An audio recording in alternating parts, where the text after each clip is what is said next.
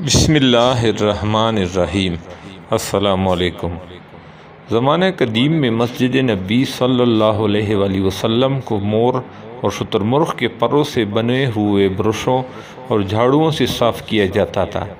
ایک طویل مدت کے بعد دھول اور فرش صاف کرنے کے لیے استعمال ہونے والے ان برشوں سے مور اور شتر مرغ کے پروں کو نکال کر عثمانی سلاطین کے پاس بھجوایا جاتا تھا، جنہیں وہ اپنی آنکھوں اور چہروں سے مسح کرتے اور انہیں اپنی پگڑیوں کے اوپر لگاتے تھے۔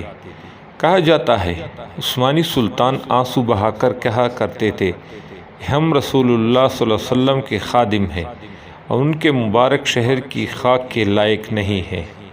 دنیا کے بادشاہ ہیرے جواہرات سے جڑے ہوئے تاج پہننے میں اعزاز محسوس کرتے تھے، جبکہ مسلمان حکمران ان پروں کو اپنی پگڑیوں اور تاجوں میں لگا کر اعزاز سمجھتے تھے، جن سے روضہ رسول صلی اللہ علیہ وسلم اور مسجد نبی کی صفائی ہوتی تھی۔ یہی وہ عشق و محبت رسول اللہ صلی اللہ علیہ وسلم تھا کہ جس کی برکت سے سلاطین اور عثمانی خلفاء نے کئی صدیوں تک 3 براعظموں پر حکومت کی۔ سبحان اللہ۔